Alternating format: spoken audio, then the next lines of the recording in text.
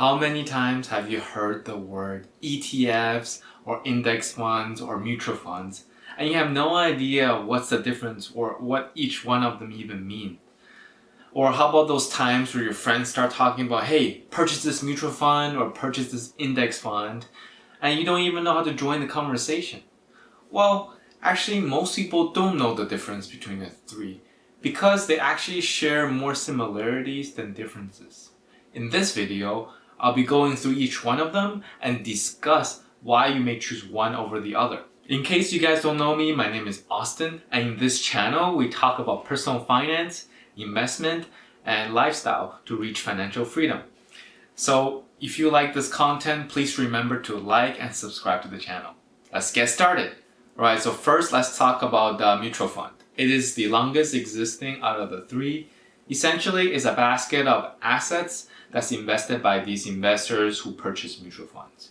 Usually there also would be a active fund manager that'll be actively trading or maybe allocating the assets, so it will generate returns for these investors. There could be different reasons why people would choose a mutual fund over individual stocks. And one of the first reasons could be the fact that it is a lower entry point. Because some stocks could cost thousands of dollars per share, it could be difficult for a single investor to actually have a diversification in their portfolio. However, in mutual fund, because the money is put together so that a single investor within a mutual fund could get all the diversification with only a little bit of investment upfront. And these assets within a mutual fund could range from, for example, stocks, bonds, or maybe even real estate. And this means that investors have an easier time to access mutual funds. Okay, so number 2 is on diversification. And this just means that you will be investing in different asset classes or industries to minimize your risk. For example, let's talk about interest rate. If the interest rate goes up, generally the stock market would go down. And the bond prices, on the other hand, would go up. So when during these turbulent times, if you only have investment in one asset class, then it will be very difficult for you to take out your money in case you may have some emergency need. However, if you diversify your portfolio, then it might be easier for you to take out certain portion of your money without taking a huge loss of your portfolio. Third is the fact that it is generally managed by a team professionals. So the goal of these professionals will be to generate a higher return while minimizing your risk. So if you're those people that are too afraid to make the wrong choices or you really don't know where to start, then you can just leave it to the professionals when you purchase a mutual fund. You'll earn from mutual fund through what is called a distribution. A distribution could mean in the form of capital gains, interest incomes, or maybe even dividends.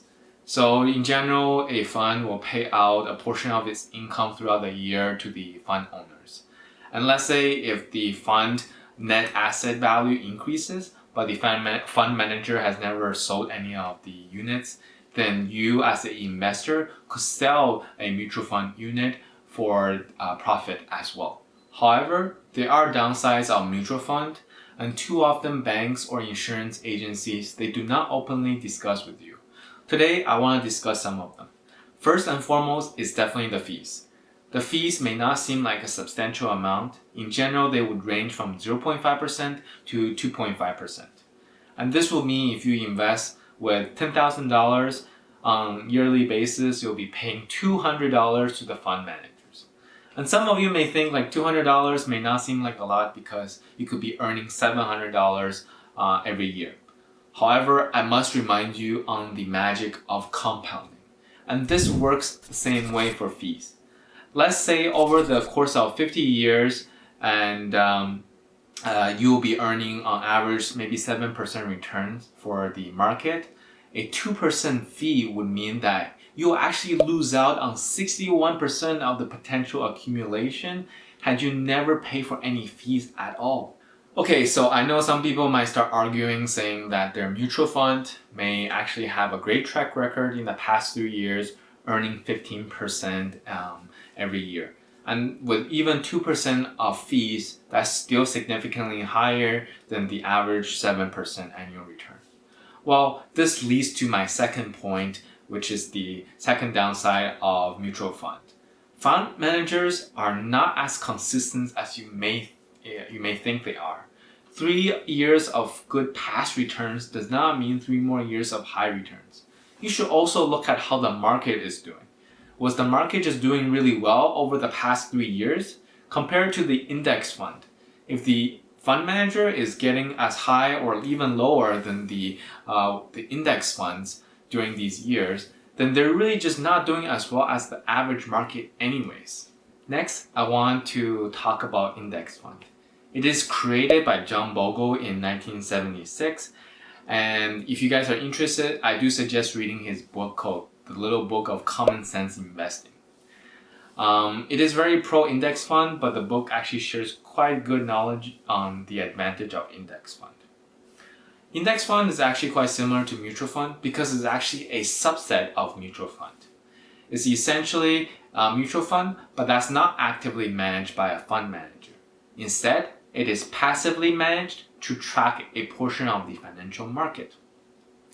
And in this sense, it's similar to mutual fund because it has a diverse portfolio of different assets as well, and it allows accessibility to investors who has a smaller initial investment. An example of the index fund is the S&P 500, or also known as Standard & Poor's 500.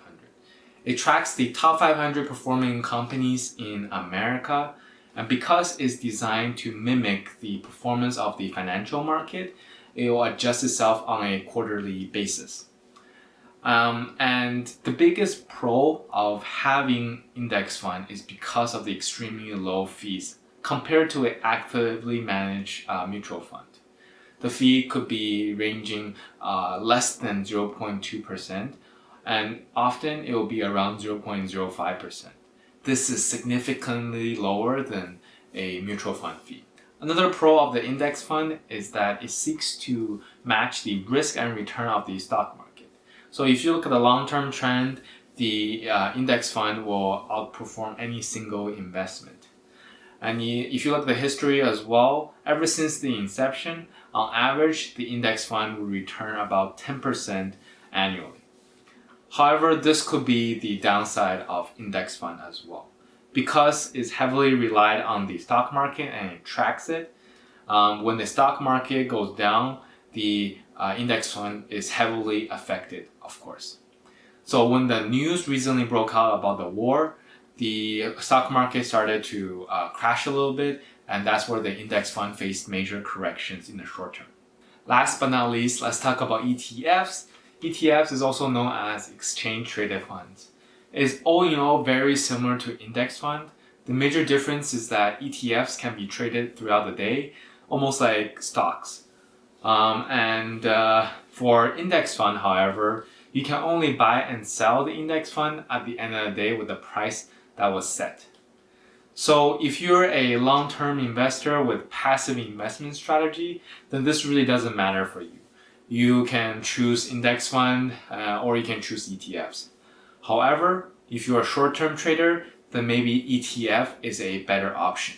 Another difference for ETFs is that it may have a smaller initial investment requirement compared to index fund.